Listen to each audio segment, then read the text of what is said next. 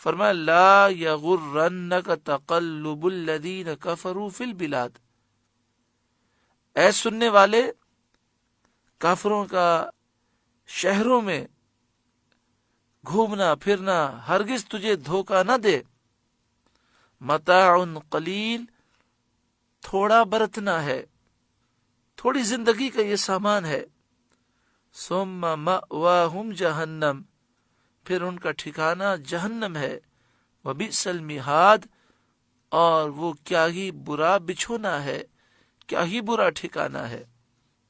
ابھی عرض کیا گیا تھا کہ دنیا کی زندگی قبر و آخرت کے مقابلے میں 1% بھی نہیں ہے۔ اگر انسان اپنی زندگی کو ٹوٹل کرے، دنیا کی زندگی، قبر کی زندگی، قیامت کے میدان کی زندگی، پھر جنت یا جہنم کی زندگی، اس کو ٹوٹل کریں تو دنیا کی زندگی اس ٹوٹل میں سے 1% کا کروڑواں حصہ بھی نہیں، اتنی مختصر زندگی ہے۔ تو اس میں کوئی عیش کر لے اور ساری زندگی یعنی قبر و آخرت میں جلتا رہے تو یہ کامیابی نہیں ہے۔ جیسے مثال کے طور پر کوئی ہم سے کہے کہ زندگی 60 برس کی ہے، اول تو یہ پتہ ہی نہیں ہے کہ زندگی کتنے برس کی ہے، لیکن کوئی کہے ہم سے کہ بھئی تمہاری زندگی 60 برس کی ہے، اب تم چاہو تو 1 گھنٹہ تکلیف برداشت کر لو، ساری زندگی تم سکون سے گزارو گے، یا پھر 1 گھنٹہ سکون سے گزار لو، عیش کر لو، اور باقی ساری زندگی تم تکلیف میں گزارو گے۔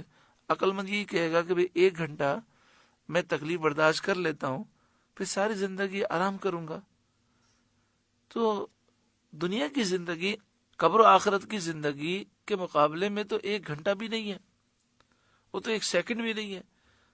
تو ہمیں یہ کہا گیا کہ تھوڑی زندگی تکلیف برداشت کر لو، پھر قبر کی زندگی، قیامت کے میدان میں اور جنت میں تمہارے لیے راحتیں ہی راحتیں ہیں۔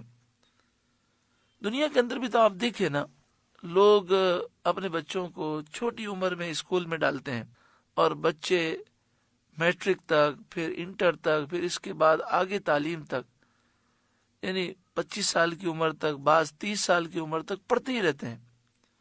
پھر 30 سال کی عمر کے بعد کام پہ لگتے ہیں، تو 40 45 50 سال کی عمر تک محنت ہی کرتے ہیں، نہ کھانے کا ہوش نہ پینے کا ہوش، دن رات ایک کر دیتے ہیں کمانے کے لیے۔ کہتے ہیں کہ پھر بعد کی زندگی میں سکون سے ہم کھا پی سکیں گے۔ 50 سال کی عمر میں وہ جب پہنچتے ہیں تو اتنا کما چکے ہیں کہ اب اطمینان سے وہ کھا سکتے ہیں۔ تو اب پتہ نہیں زندگی کتنی باقی ہے، 10 سال، 5 سال، 2 سال، اور ہو سکتا ہے 50 سال پر پہنچنے سے پہلے ہی دنیا سے چلے جائیں۔ لیکن فیوچر کے لیے انسان محنت کرتا ہے، تو قلیل فیوچر کے لیے اتنی محنت، اور وہ بھی پتہ نہیں فیوچر ملے گا کہ نہیں۔ لیکن قبر و آخرت تو بہت طویل فیوچر ہے، اس کے لیے کیا دنیا کی تھوڑی سی قربانی نہیں دی جا سکتی؟ لیکن الذین اتقوا ربہم، لیکن وہ لوگ جو اپنے رب سے ڈرتے ہیں، لہم جنات، ان کے لیے جنتیں ہیں، تجری من تحتها الانہار، جن کے نیچے نہریں رواں دواں ہیں، خالدین فیہا، ہمیشہ ان میں وہ رہیں گے، نزلا من عند اللہ، سبحان اللہ، اللہ کی طرف سے مہمان نوازی ہے، نزلا من عند اللہ، اللہ کی طرف سے مہمانی۔ جب ہم کسی کا مہمان بنتے ہیں تو میزبان اپنی شان کے مطابق مہمان نوازی کرتا ہے۔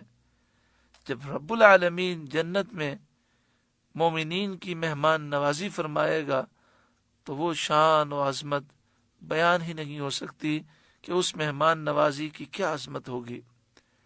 وما عند اللہ خیر للابرار، جو اللہ کے پاس ہے وہ نیک لوگوں کے لیے سب سے بھلا ہے۔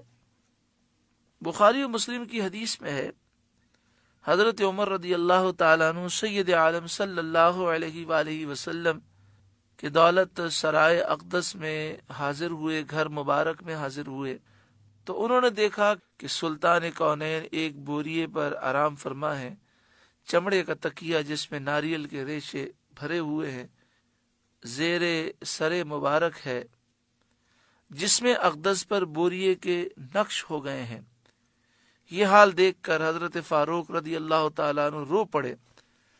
سید عالم صلی اللہ علیہ وسلم نے سبب گریہ دریافت کیا، یعنی آپ نے یہ پوچھا کہ کیوں رو رہے ہو؟